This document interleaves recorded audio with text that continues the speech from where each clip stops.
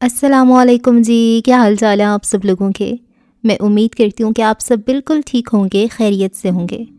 Novel بھرم بکا باطل by مہر النساء شاہ میر کی یہ قسط نمبر 35 ہے۔ اگلی صبح لال یمن میں افراتفری تھی۔ آمنہ کو میکے جانا تھا اور وہ سہراب کا سر کھا چکی تھی۔ جب اس نے کافی دیر تک ٹال مٹول سے کام لیا، تب آمنہ نے عبیر کے کپڑے تبدیل کیے، اسے لپسٹک لگائی اور بال بنا کر سہراب کے پیچھے لگا دیا۔ اب وہ دائیں بائیں سے گزرتی ہوئی بس ایک ہی سوال کرتی تھی، بڑے ابا گاڑی میں کب جائیں گے؟ 10 منٹ میں چلتے ہیں میری جان۔ آپ نے 10 منٹ پہلے بھی یہی کہا تھا۔ بیچارے بڑے ابا کو صحیح کی نکیل پڑ گئی تھی۔ سرخی پاؤڈر لگا کر تیار کھڑی بڑی اماں بڑے شوق سے شوہر کی درگت بنتے دیکھ رہی تھی۔ انارہ کسل مندی سے بستر پر لیٹی اپنی اور سہراب کی صبح والی ملاقات کا سوچ رہی تھی، اپنی ماں کے نئے آئے پیغامات کی ملامت جھیل رہی تھی۔ اسلان تیار ہو کر گاڑی نکال رہا تھا۔ سہراب نے آمنہ کو اس کے ابا کے گھر چھوڑ کر آنے کے بعد عدالت جانا تھا۔ اسلان ابھی سے نکل رہا تھا۔ کافی کا کپ ہاتھ میں لیے بنفشہ بھی کوارٹر سے باہر نکلتی نظر آ رہی تھی۔ وہ دونوں گواہ آج پیش ہونے ہیں جی، میں دیکھ لوں گی۔ موبائل پر پیغام ریکارڈ کرواتے وہ اسلان کے سامنے آ کر رکی۔ وہ اسے ہی دیکھ رہا تھا۔ کیا ہے؟ آج کورٹ میں کیا ہوگا؟ تم کیا چاہتے ہو، کیا ہونا چاہیے؟ ابتسام والا قصہ؟ بنفشہ نے ہاتھ جھلایا۔ ہر بات ثبوت موقع کی مناسبت سے استعمال کرنا ہوتی ہے۔ اب میں کیا جاتی جج کے کان میں کہہ دوں، جج صاحب ابتسام باپ نہیں بن سکتا؟ وہ کچھ اس انداز سے بولی کہ اسلان چہرہ جھکا کر ہنس پڑا۔ بنفشہ کا دل ایک لمحے کے لیے ٹھہر گیا۔ وہ ہنسی ضبط کرنے کے چکروں میں سرخ پڑ گیا اور پھر وہ دوبارہ ہنس پڑا، ہولے سے مدھم سی ہنسی۔ بنفشہ نے پہلی بار کسی مرد کو اس طرح بے فکر ہنستے دیکھا تھا، یا شاید فکروں کے درمیان پہلی دفعہ ہنستے ہوئے۔ اس کے کان کی لوئیں تک سرخ پڑ رہی تھیں، آنکھوں میں پانی بھر رہا تھا اور وہ ہنس رہا تھا۔ ایک لمحے کو رکتا، بنفشہ کو دیکھتا اور ایک بار پھر ہنستا۔ کوئی بھی اختیاری تھی، طلسم تھا کہ کشش، وہ اسے دیکھتی رہ گئی۔ ایک لمحے کو وہ اسے اچھا لگا، بے حد اچھا۔ ایک لمحے کو اس کے اپنے لب بھی مسکراہٹ میں ڈھل گئی۔ کس بات پر اتنا ہنسا جا رہا ہے؟ سہراب کی سنجیدہ آواز پر لمحے کا فسوں ٹوٹا۔ بنفشہ نے چونک کر پیچھے دیکھا۔ اسلان اب ہنسنا چھوڑ کر انگوٹھے کی پش سے آنکھ کا پانی صاف کر رہا تھا۔ اب اس کے لبوں پر ہلکی مسکراہٹ تھی۔ کچھ خاص نہیں، سنجیدہ ہوتے ہوئے اسلان نے جواب دیا۔ ہم کیس کی بات کر رہے تھے۔ جو کیس میں جانتا ہوں اس میں عالم پر دفعہ 302 لگی ہے۔ یقیناً یہ کافی مضحکہ خیز ہے نا؟ بنفشہ نے دیکھا کہ کچھ دیر قبل بے فکر بے ہنگم کہکہ لگانے والا لڑکا اب لب بھینچ گیا ہے۔ ہنسنا کوئی جرم ہے کیا؟ سہراب اس کے قریب آ کر رکا، چند پل کاٹ دار نظروں سے اسے دیکھتا رہا اور اس کے کان کے قریب جھکا۔ اپنے سے 4 سال بڑی عورت کے ساتھ اس طرح ہنسنا جرم ہی ہے۔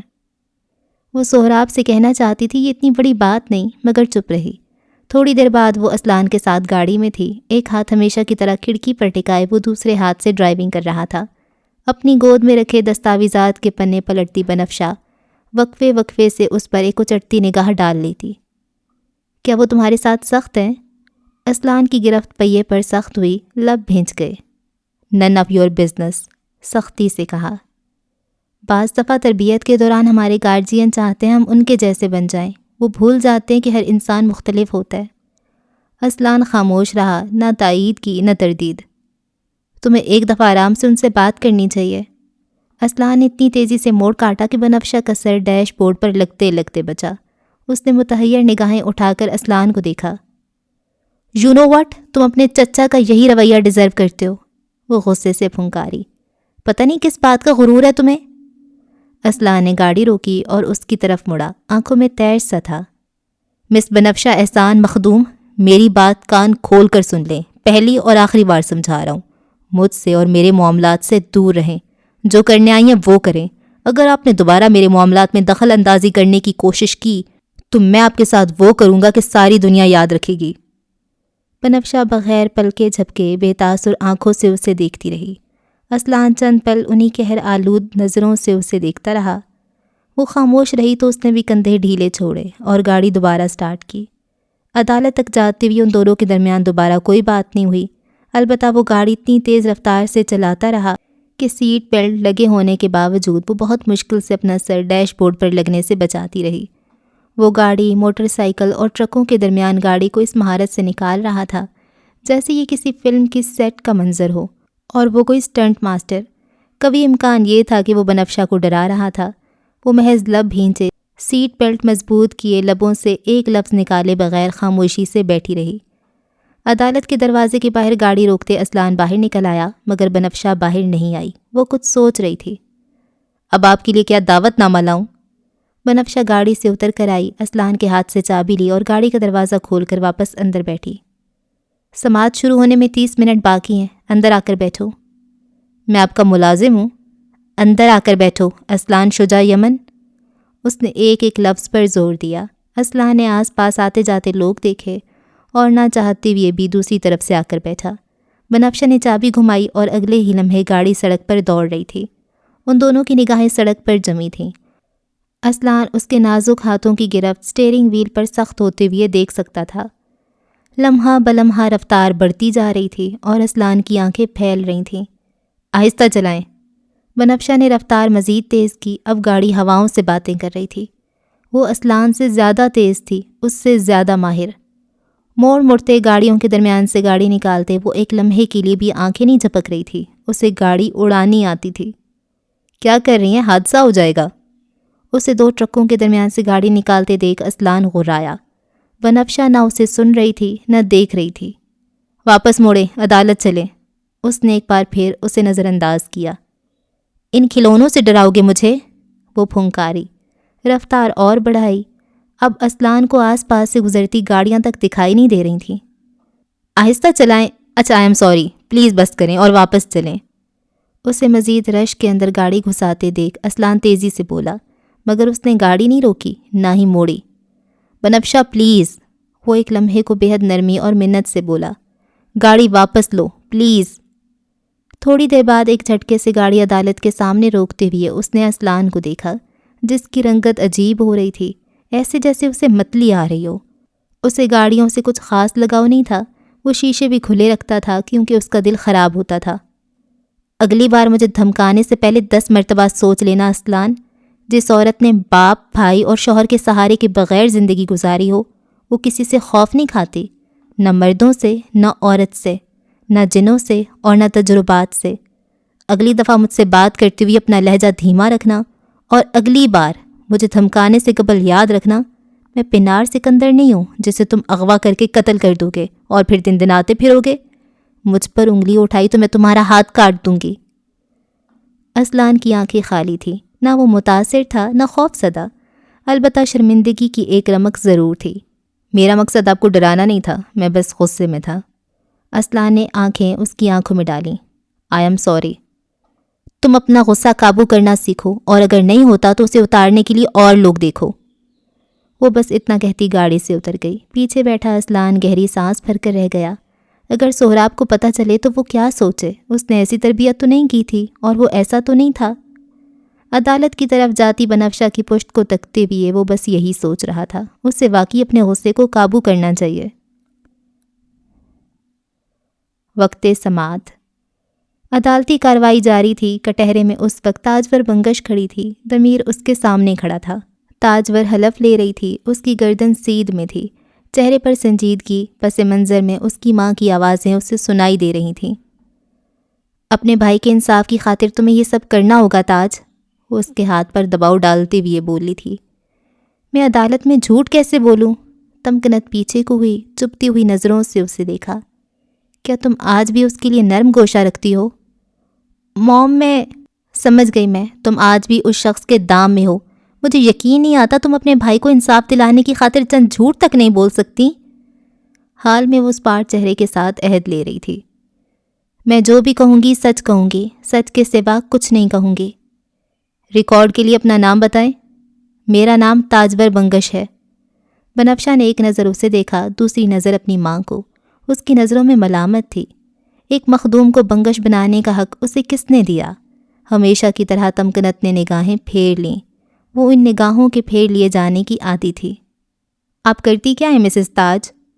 میں ایک اداکارہ اور فیشن ماڈل ہوں۔ مسز تاج، 25 فروری کی رات ٹی ٹی پروڈکشن کی تقریب میں آپ کے ساتھ کیا ہوا؟ تاجور کے گلے میں گلٹی ابھر کر معدوم ہوئی۔ اس نے ماں کو دیکھا، وہ آنکھوں ہی آنکھوں میں اس سے کچھ کہہ رہی تھی۔ میں ہال کی ایک طرف کھڑی مہمانوں سے مل رہی تھی جب میں نے عالمگیر کو ہال سے نکل کر ایک طرف جاتے ہوئے دیکھا۔ اس نے اشارہ کر کے مجھے بلایا۔ یہ جھوٹ بول رہی ہے، میں نے اسے نہیں بلایا تھا۔ عالم اپنی نشست پر بیٹھے ہوئے گرجا۔ تمہیں شرم آنی چاہیے، میں ایک بچی کا باپ ہوں۔ آپ چپ رہیں عالم، آپ کی طرف سے بولنے کا حق صرف آپ کی وکیل کو ہے۔ عالم بفر کر مزید کچھ کہنا چاہتا تھا جب اسلان نے اس کے گھٹنے پر ہاتھ رکھا۔ آپ کی سی زبان کی وجہ سے ہم یہاں ہیں، مزید گل نہ کھلائیں تو بہتر ہوگا۔ یہ جھوٹ بول رہی ہے۔ بنفشہ ثابت کر دے گی، آپ حلق پر زور مت دو۔ جی مسز تاج، عالم نے آپ کو ہال کے باہر بلایا، تب وہاں کیا ہوا؟ ضمیر نے سلسلہ وہیں سے جوڑا۔ تاجور نے اپنی آنکھوں میں امٹتے آنسوؤں کو صاف کیا۔ ایک لمحے کو اس کی نگاہ عالمگیر یمن سے ملی۔ وہ ہیزل آنکھوں والا مرد زخمی نظروں سے اسے دیکھ رہا تھا۔ یہ وہ وقت تھا جب وہ اپنی ماضی کی غلطیوں کے کفارے کر سکتی تھی، مگر اس نے میرا ہاتھ پکڑا۔ عالم نے تل ملا کر پہلو بدلا۔ یہ پھر جھوٹ بول رہی ہے۔ وہ اسلان کے قریب دبا دبا غرایا۔ تاج کہہ کر رونے لگی تھی۔ کمرہ عدالت میں ہر طرف خاموشی چھا گئی۔ ضمیر نے اسے پانی دیا، وہ غٹا غٹ سارا گلاس پی گئی۔ چند منٹ بعد وہ کچھ بہتر تھی۔ مسز تاج، اس کے بعد کیا ہوا؟ اس کے بعد عالمگیر نے مجھ سے کہا کہ وہ ہمارا ماضی یاد کرتا ہے۔ اس نے کہا وہ اپنی تینوں بیویوں کے ساتھ کبھی خوش رہا ہی نہیں۔ اس نے مجھ سے کہا میں اس کے پاس واپس آ جاؤں۔ اور پھر آپ نے کیا کہا؟ میں نے اپنا ہاتھ چھڑوایا اور جانے کے لیے مڑی، مگر جب میں مڑ کر جانے لگی تب عالم نے دوبارہ میرا ہاتھ پکڑ کر اپنی طرف کھینچا اور میرے ساتھ زبردستی کرنے کی کوشش کی۔ عالم اٹھ کر اس کا منہ نوچ لینا چاہتا تھا جو اس پر تہمتیں دھر رہی تھی، کیونکہ وہ جانتا تھا عدالت میں بیٹھا ہر شخص سوائے اس کے خاندان کے اس پر یقین کر چکا ہوگا۔ اس نے مجھ سے کہا کہ جو پیسہ وہ مجھ سے حاصل نہیں کر سکا وہ اس کی بھتیجی حاصل کرے گی، اور جب میں نے اس سے کہا کہ ایسا کبھی نہیں ہوگا تب اس نے مجھے تھپڑ مارا اور مجھے دونوں ہاتھوں سے نیچے دھکا دیا۔ بنفشہ تنے ہوئے تاثرات کے ساتھ اس کی بات سنتی ہوئی کاغذ پر کچھ نوٹ کرتی جا رہی تھی۔ اسے تاج سے یہ امید نہیں تھی۔ اس نے مجھے گالیاں دیں، مجھے بانجھ ہونے کا طعنہ دیا۔ اس نے مجھ سے کہا کہ تاج نے ہچکی لی، گیلی نم آنکھیں جھکا دی، کہ میں اس تعلق کو بحال کروں تو میری اولاد کا مسئلہ حل ہو جائے گا، وہ حل کرے گا۔ ضمیر نے کرائیت سے آنکھیں میچ لیں۔ عالمگیر یمن کی آنکھوں کا زخمی پن بڑھ گیا۔ وکلاء اور ججوں کے چہرے پر ملامت در آئی۔ عالم اس عدالت کے باہر ویسے نہیں جانے والا تھا جیسے وہ آیا تھا۔ اس نے مجھ سے پیسوں کی ڈیمانڈ کی، مجھے کہا کہ میں اس کو 2 کروڑ لا کر دوں ورنہ وہ میرے شوہر کو میرے خلاف بھڑکائے گا۔ بےحد افسوس کے ساتھ مجھے کہنا پڑ رہا ہے کہ آج بھی اس دور میں بھی عورت کو اپنے سابقہ محبوب سے ہراساں ہونا پڑ رہا ہے۔ ضمیر متاسف سا جج سے کہہ رہا تھا، جج صاحب، فیمسائیڈ کے بڑھتے ہوئے واقعات کی جڑ یہی رویے ہیں۔ اس جہالت اور اس قدر غلیظ حرکت پر میرے پاس الفاظ ہی ختم ہو گئے ہیں۔ اس نے سر جھٹکا اور بنفشہ سے کہا، یور وٹنس۔ وہ اٹھ کر آئی، سیاہ گاؤن کا گھیر ایک طرف سے سنبھالا اور تاج کے سامنے آ کر رکی۔ مسز تاج، آپ کمفرٹیبل ہیں؟ میں آپ سے کچھ سوال کر سکتی ہوں؟ جی، اس نے اسپاٹ انداز میں کہا۔ ٹھیک، کیا آپ مجھے یہ بتا سکتی ہیں کہ آپ کا اور عالم کا تعلق کتنے سال رہا؟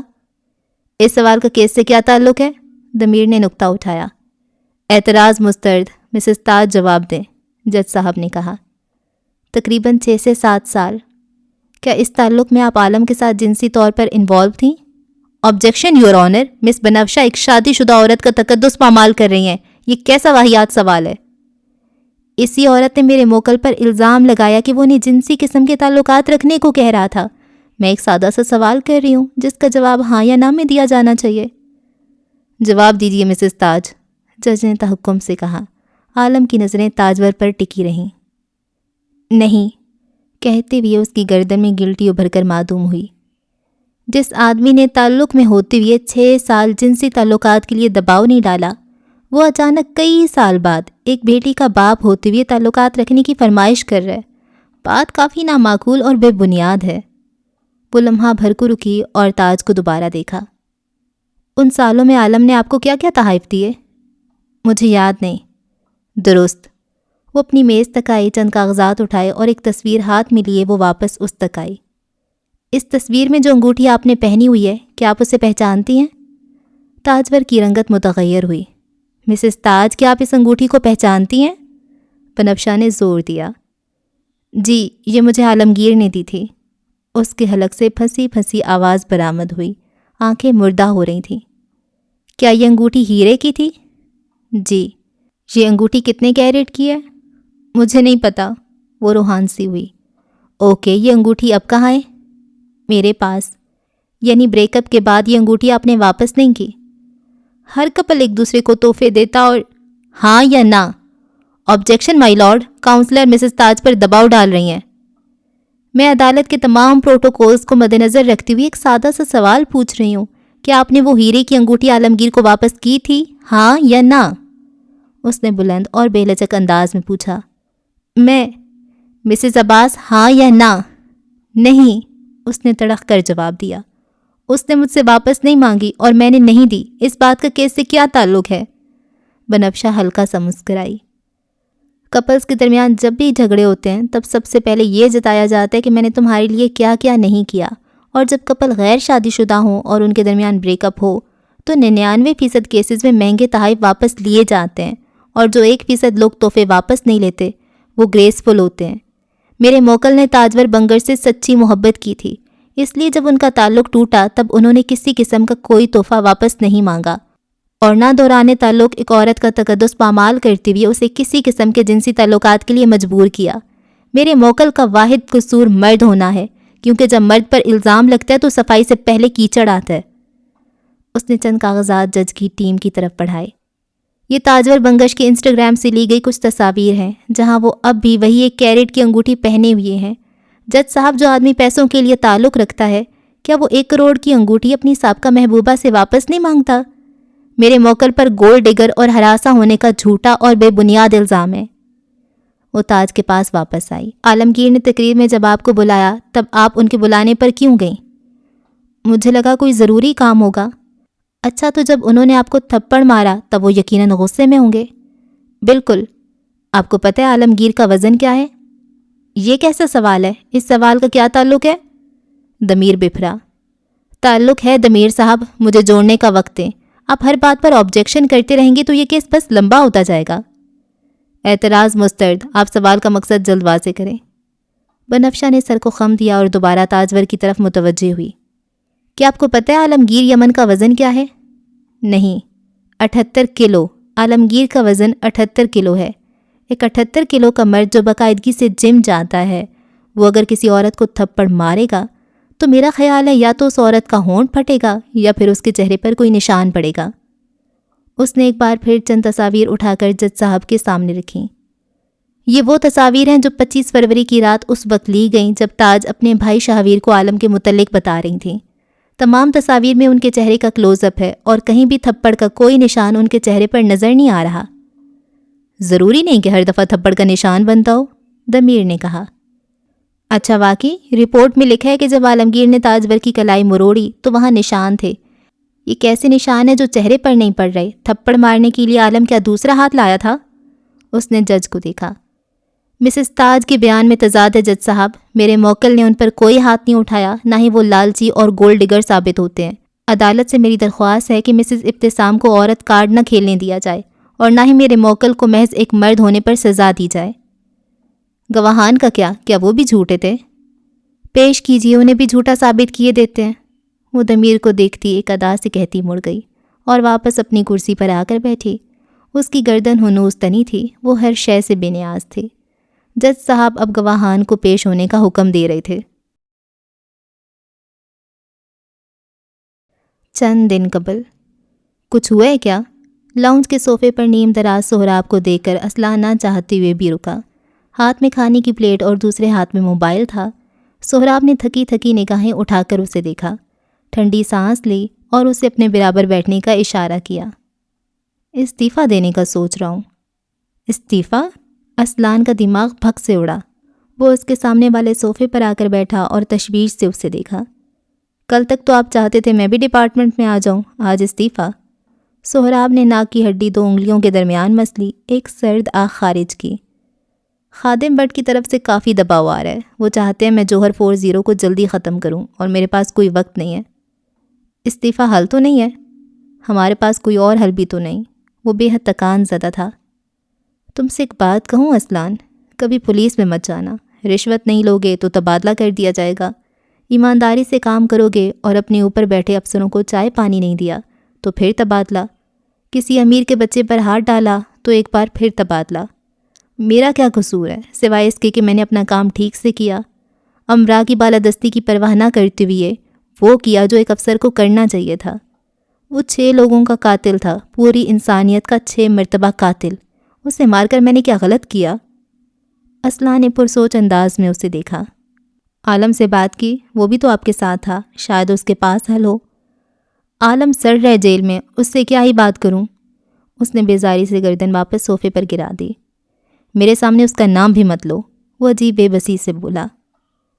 میں صرف اور صرف یہ ثابت کرنا چاہتا تھا کہ میرا خاندان کرمنل نہیں ہے۔ عالم نے 3 عورتوں کا قتل نہیں کیا، تم نے کوئی اغوا اور قتل نہیں کیا۔ اسلان کے گلے میں گلٹی سی ابھر کر معدوم ہوئی۔ میں صرف اور صرف اپنی بقا کی جنگ لڑ رہا ہوں، لیکن یہ ساری دنیا مجھے میرے مقصد سے ہٹانے میں لگی ہوئی ہے۔ آپ خود ہٹے ہو۔ اسلان نے اپنے جوتوں پر نگاہیں جمائے مستحکم انداز میں تبصرہ کیا۔ سہراب چپتی نظروں سے اسے دیکھنے لگا۔ میں تو آپ کو کام کرتے ہوئے دیکھ ہی نہیں رہا۔ جب آپ کو شاہ زید نے کہہ دیا کہ اسے آپ کی بات کا یقین نہیں، تو آپ نے خود بھی خود پر یقین کرنا چھوڑ دیا۔ خادم بٹ نے کہہ دیا وہ آپ کا تبادلہ کرے گا، تو آپ نے مان لیا ہاں وہ کرے گا۔ تمہیں کیا لگتا ہے وہ نہیں کرے گا؟ ہرگز نہیں، وہ ترکی بترکی بولا۔ جو انسان آپ کو مری سے اٹھا کر یہاں لا رہا ہے، جو اپوزیشن سے دشمنی مول لے رہا ہے، آپ کو لگتا ہے وہ انسان آپ کا تبادلہ کرے گا؟ سہراب کے دماغ میں کوئی بجلی کا کوندا لپکا۔ وہ سیدھا ہو کر بیٹھ گیا اور سوالیہ نگاہوں سے اسلان کو دیکھنے لگا۔ مجھے یقین ہے اس سب کے پیچھے اس کا کوئی مقصد ہے، یا پھر کوئی اور اس سے یہ کام کروا رہا ہے۔ آپ اس کے نہیں، وہ آپ کے تابع ہے۔ وہ آپ کی نہیں، آپ اس کی ضرورت ہے۔ ایک لمحہ، ایک سیکنڈ، ایک خیال، بس یہی چاہیے ہوتا ہے انسان کو، اور وہ ایک الگ ہی لیب پر سوچنے لگ جاتا ہے۔ اس وقت سہراب افتخار یمن کسی الگ ہی جگہ کھڑے ہو کر کچھ بے حد الگ سوچ رہا تھا۔ اور وہ پریویلیج کلر، وہ کسی شاہ زید کا نہیں، آپ کا جنون تھا۔ اسے اپنے لیے ڈھونڈے، اس جذبے کے لیے ڈھونڈے جس کے تحت آپ نے ابراہیم کو مارا تھا۔ اس خاندان کے مرد کرمنل ہوں یا نہیں، لیکن اس خاندان کا ایک مرد ایک فرض شناس اور خپتی افسر ہے، یہ ہم سب جانتے ہیں۔ تم اپنے چچا کو خپتی کہہ رہے ہو؟ اس نے ساری بات میں ایک لفظ پکڑ لیا۔ اسلان نے تعصب سے نفی میں سر ہلایا۔ اس سے پہلے جو کہا وہ سمجھ آیا؟ ہاں سب پتہ ہے مجھے، تم زیادہ میرے باپ نہ بنو۔ ہاں وہ متاثر ہوا تھا، لیکن یہ بات مان لینا مشکل تھا۔ اس نے مشکوک نظروں سے اسلان کو اٹھتے ہوئے دیکھا۔ یہ تم اور وہ وکیل کیا گل کھلا رہے ہو آج کل؟ جب باغ بنے گا آپ خود جان جاؤ گے۔ جوتے کھانے؟ سہراب نے گھرکا۔ ابتسام کے پیچھے کیوں پڑے ہو؟ اسلان متاثر نہیں تھا، وہ جانتا تھا سہراب لا علم نہیں ہوگا۔ اپنے خاندان کا تعاقب کرنا، ان سے 2 قدم کے فاصلے پر رہنا اس کا محبوب مشغلہ رہا تھا۔ اسلان نے ایک نظر اپنے اطراف میں دیکھا۔ وہ تسلی کر لینا چاہتا تھا کہ گھر کی کوئی عورت آس پاس موجود نہیں۔ اس وقت وہاں کسی اور کو نہ دیکھتے ہوئے وہ ہلکا سا جھکا، آواز مدھم رکھی۔ ابتسام انفرٹائل ہے۔ سہراب کرنٹ کھا کر سیدھا ہوا، آنکھیں پھیل گئیں۔ اسلان کے بے دھڑک بات کر دینے کی عادت اسے پسند تھی، مگر اوہ اللہ، کیا واقعی؟ کیا کہہ رہے ہو؟ درست کہہ رہا ہوں۔ تمہیں کیسے پتہ چلا؟ لمبی کہانی ہے۔ سہراب بے اختیار اسے دیکھے گیا۔ تو اس نے تاج کو دھوکہ دیا؟ کبھی امکان تو یہی ہے۔ وہ کتنے ہی لمحے چپ رہا، شاید جوڑ توڑ کرتا رہا۔ کئی لمحے بعد اس نے اسلان کو دیکھا۔ تم شیور ہو؟ رپورٹس شیور ہیں۔ یا اللہ، وہ بس یہی کہہ سکا، تعصب سے، ملال سے۔ لیکن اس سب کا کیس سے کیا تعلق؟ تعلق تو ہے، وجہ عناد بھی ہے اور شمولیت بھی۔ شمولیت کیسے؟ 25 فروری کی رات جو تقریب ہوئی تھی، اس کی مینجمنٹ کا ذمہ ابتسام کے پاس تھا۔ تو جس جگہ شاہویر کی موت ہوئی وہاں کیمرے نہیں تھے؟ سہراب چونکا، ٹھٹکا، سوال کیا۔ تو ابتسام اس وقت مہمانوں کے درمیان نہیں تھا جب شاہویر کا قتل ہوا، کیمرے یقیناً اسی نے ہٹوائے ہوں گے۔ کوئی ایلیبائے؟ اسلان نے نفی میں سر ہلایا۔ کوئی نہیں۔ کہیں سے یہ ثابت تو نہیں ہوتا کہ قتل اس نے کیا ہے؟ سچ تو یہ بھی نہیں ہے کہ قتل اس نے نہیں کیا۔ کیا بنفشہ عدالت میں کچھ کرے گی؟ سہراب کا دل کسی دوڑ میں بھاگ رہا تھا۔ اس سنوائی پر نہیں، آگے کا میں کچھ کہہ نہیں سکتا۔ اسلان نے شانے اچکائے۔ وہ دونوں ابھی یہی بات کر رہے تھے کہ سامنے سے آرا آتی دکھائی دی۔ سفید رنگ کے لباس میں اس کی رنگت پیلی پھٹک دکھائی دے رہی تھی، آنکھیں ہلکی نم تھیں۔ اسلان نے ایک نظر اسے دیکھا، پھر سہراب کو، اور ایک بار پھر اسے۔ کہاں گئی تھی تم؟ کمرے کی طرف بڑھتے اس کے قدم تھمے، مڑ کر اسلان کو دیکھا، پھر سہراب کو۔ اس کی رنگت غیر ہو رہی تھی۔ آشیانہ بنگش۔ اسلان کو لگا اسے سننے میں غلطی ہوئی ہے۔ عقل گھاس چڑھنے گئی ہے تمہاری، وہاں کیا لینے گئی تھی؟ ممی نے کہا تھا۔ تمہیں کتنی بار بتانا پڑے گا، دل آرا تارون ماں کہلانے کے لائق بھی نہیں، مانو تو دور کی بات ہے۔ اس کی رنگت سرخ پڑ رہی تھی۔ بہت دنوں بعد آج اس نے ایک بار پھر آرا سے تیز لہجے میں بات کی تھی۔ میں چاچو سے پوچھ کر گئی تھی، اس نے جھوٹ بولا۔ سہراب نے اسے نہیں دیکھا، ہاں البتہ سر اس بات میں ضرور ہلایا، اس کا بھرم رکھ لیا۔ آپ نے اسے اس حماقت کی اجازت کیسے دے دی؟ ماضی میں تمہیں دی تھی، حال میں اسے دیتا ہوں۔ سہراب اپنی جگہ سے اٹھا، آرا کی طرف دیکھا۔ تم اپنے کمرے میں جاؤ اور کل صبح 5 بجے تیار رہنا۔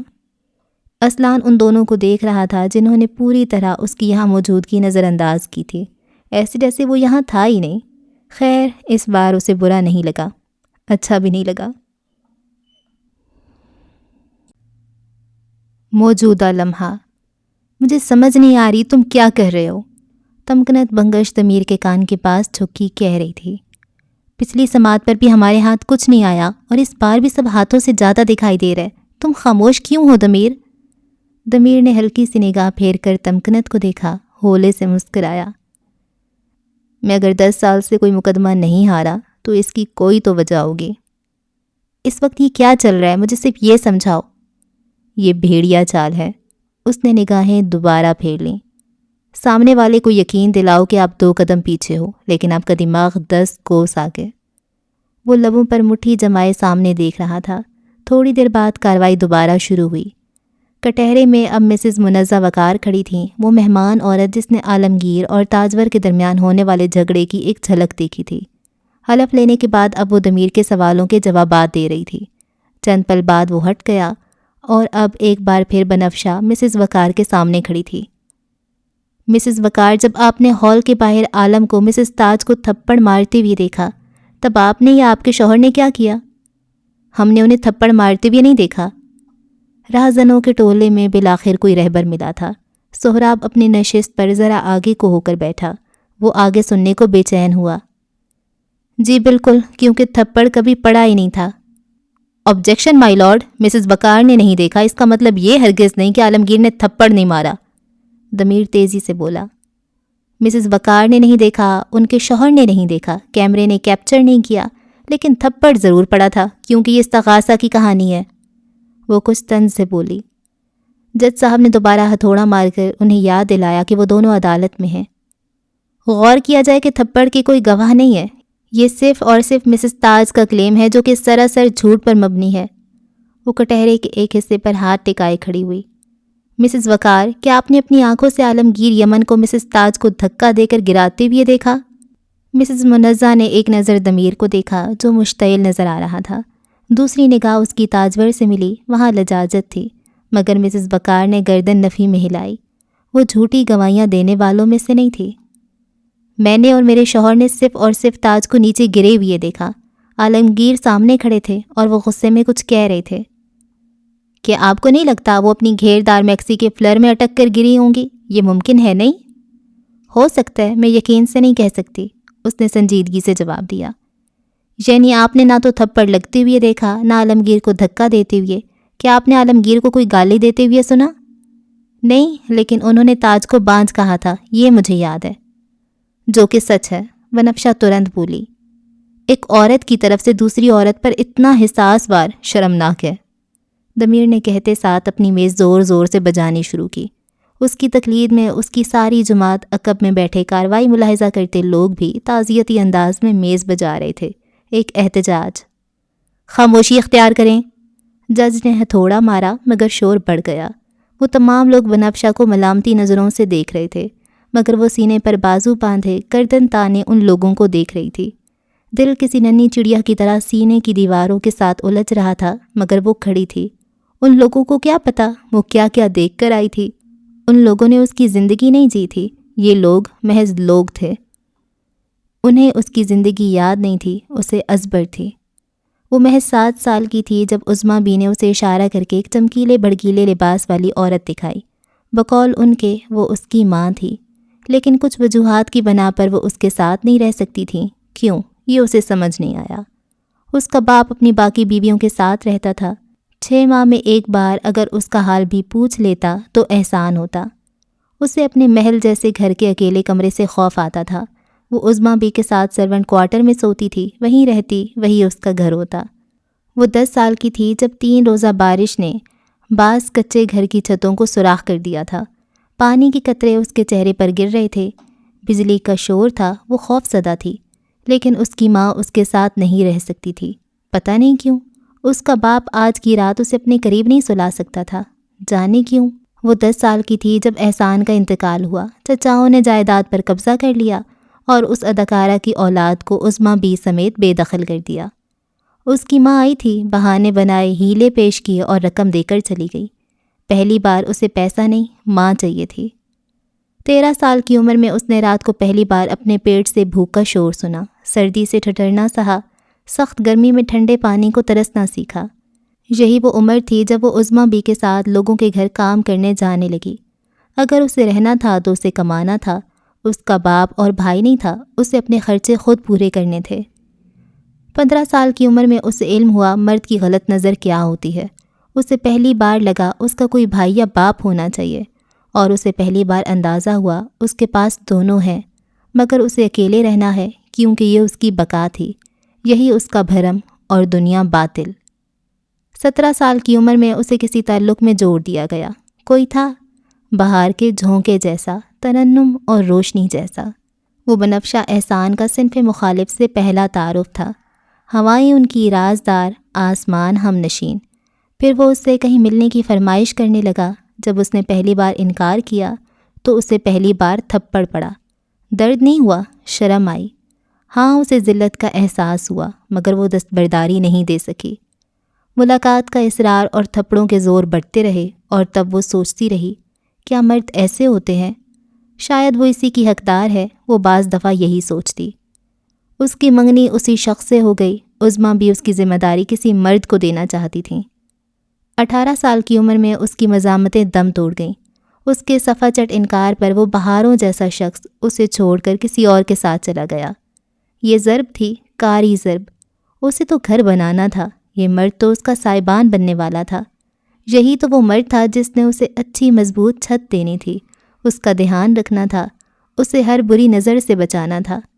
مگر یہ کیسا مرد تھا جو مارتا تھا، غلط مطالبے کرتا اور غیر محفوظ کرتا تھا؟ یہ کیسا مرد تھا جو حفاظت کا احساس نہیں دیتا تھا؟ چلے جانے کے بعد وہ دوبارہ بھی آیا تھا، مگر جس لڑکی نے اپنے ٹکڑے خود سمیٹے ہوں، وہ پھر سہاروں پر ہاتھ اٹھا اٹھا کر لعنت بھیجتی ہے۔ اس نے اپنی ہی محبت سے دستبرداری دی۔ اس روز اس نے پہلی بار اس کا اٹھتا ہاتھ اپنی دونوں کمزور ہاتھوں سے روکا، پہلی بار اس کی گالی کے بدلے گالی دی۔ وہ اس کی آزادی کا دن تھا۔ وہ بنفشہ احسان مخدوم کا زندگی کی طرف پہلا قدم تھا۔ اس روز کے بعد سے اس نے اپنی زندگی تعمیر کی، تعلیم آگے بڑھائی، بسوں لاریوں کے دھکے، وہ غربت کی کڑی رسیاں پیروں میں بندھا، ٹوٹے دل کا بھاری بار اس نے سب سہا تھا۔ آج یہاں کھڑے لوگ پیروں سے چل کر آئے تھے اور وہ روح کے چھالے ساتھ لائی تھی۔ یہ زبانیں رکھ سکتے تھے، خلاف بھی بول سکتے تھے، اس کے پاس آپشن ہوتا تو شاید وہ پیچھے ہٹ جاتی، مگر بنفشہ مخدوم اپنے ساتھ انتخاب نہیں لائی تھی۔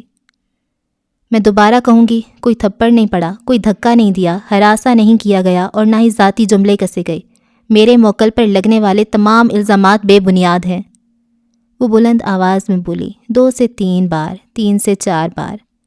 مسز تاج جھوٹی ہیں اور عالمگیر یمن سچا۔ پراچا صاحب انہیں چپ کروا لیجیے ورنہ مجھے آپ کو ابھی اور اسی وقت باہر بھیجنا پڑے گا۔ جج نے سختی سے کہا۔ ضمیر ایک بے نیاز نگاہ ان پر ڈالی اور ہاتھ اٹھا کر لوگوں کو خاموش رہنے کو کہا۔ ذرا سے مزید شور کے بعد سب تھم گیا، سب خاموش ہو گئے۔ جج صاحب، ملزم عالمگیر یمن کے پاس قتل کی 3 وجوہات تھیں، زن، زر، زمین۔ اس کیس میں کسی قسم کی گمراہی کی کوئی گنجائش ہے ہی نہیں۔ ضمیر پراچا نے ایک بار پھر اپنا موقف پیش کیا۔ دور قدیم میں قتل کی 3 ہی وجوہات ہوتی تھیں، لیکن دور جدید میں ان وجوہات میں ایک جدید اضافہ ہوا ہے۔ اب زن، زر، زمین کے ساتھ ساتھ ذہنی عارضہ بھی شامل ہے، اور یہ قتل ایک ذہنی مریض نے کیا ہے۔ دفاع نے تجزیہ پیش کیا۔ کس عارضے کی بات کر رہی ہیں آپ؟ پہلی بار عالمگیر کے اندر کے وکیل کو لگا ضمیر کا لہجہ مصنوعی ہے اور یہ سوال ایک چال۔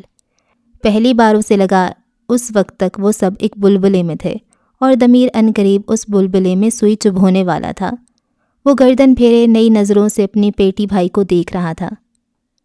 کیا معزز عدالت یہ جانتی ہے کہ شاہویر طلال بنگش کے تعاقب میں 17 لوگوں کا قاتل ایک سیریل کلر بھی تھا؟ بنفشہ اب بھی کہہ رہی تھی۔ سہراب، اسلان دونوں اسے دیکھ رہے تھے۔ عالم نے بے چینی سے پہلو بدلا۔ گفتگو کو اس سمت نہیں مڑنا تھا کیونکہ یہاں قدم قدم خسارے تھے۔ اسے ضمیر پراچا کی آنکھوں میں واضح چمک نظر آ رہی تھی، وہ چمک جو بھیڑیے کی آنکھ میں 2 قدم پیچھے لینے پر آتی ہے۔ بالکل وہی۔ کمبخت کیا کھیل ترتیب دے کر آیا تھا۔ اچھا جی، اس ایپیسوڈ کو یہاں پہ ختم کرتے ہیں، اور جو نیکسٹ ایپیسوڈ ہوگی وہ 5th چیپٹر کی لاسٹ ایپیسوڈ ہوگی۔ تو ہاں جی، بات کرتے ہیں۔ تو یہاں پر اگر یہ سیریل کلر کو لانا چاہ رہی ہے تو میں بھی یہ ضمیر پراچا سیریل کلر عالم کو ہی بنا دے، اس کے پاس ایسی چیزیں ہوں جس سے وہ عالم کو ثابت کر دے کہ وہی سیریل کلر ہے۔ اچھا، بنفشہ اس کے ساتھ رہی نہیں ہے تمکنت کے ساتھ، اور بنفشہ اور تاجور بہنیں ہیں۔ مجھے پتہ ہے بہنیں ہیں، لیکن سگی بہنیں ہیں، کیونکہ وہ کہتی ہے نا کہ یہ مخدوم کو کیوں بنگش بنا رہی ہے نا؟ تو وہ سگی بہنیں ہیں کیسے؟ پتہ نہیں، تمکنت کی بھی کیسے پیچھے سے بیک سٹوری تھی، اس کے بارے میں کچھ نہیں پتہ۔ اور بنفشہ اتنا رول کے بڑی ہوئی ہے یار، وہ اتنے امیر بندے کی بیٹی ہے، دونوں کی، بے شک اس کی مزید بیویاں ہیں، لیکن اس کو ایسے رول دیا گیا ہے کہ وہ ایک میڈ کے ساتھ اوروں کے گھر میں جا کے کام کر رہی ہے، چچاؤں نے قبضہ کر لیا ہے۔ پھر بھی یہ عجیب بات ہے، تھوڑا کچھ زیادہ ہی عجیب لگ رہا ہے۔ ایک دم سے تمکنت نے بالکل ہی اپنی بیٹی کو چھوڑ دیا، ایسے کیسے چھوڑ سکتی ہے وہ، ہے نا؟ کیونکہ وہ اس نے رئیس اور تاجور کو تو نہیں چھوڑا، اس کو کیوں چھوڑ دیا پھر؟ پتہ نہیں۔ سارے یہاں پہ پیرنٹس جو ہیں فضول ہیں۔ ایک عالمگیر اچھا باپ ہے، باقی سب کے سب بیکار ہیں۔ نم نم نم اور کیا ہوا ہے؟ اور ہاں، بس اسلان اور بنفشہ کی تھوڑی سی لڑائی ہوئی ہے، اور پتہ نہیں اب آگے کیا ہوگا۔ خیر جی، اگلی ایپیسوڈ میں ہوتی ہے ملاقات۔ رکھیں دعاؤں میں یاد۔ اللہ حافظ۔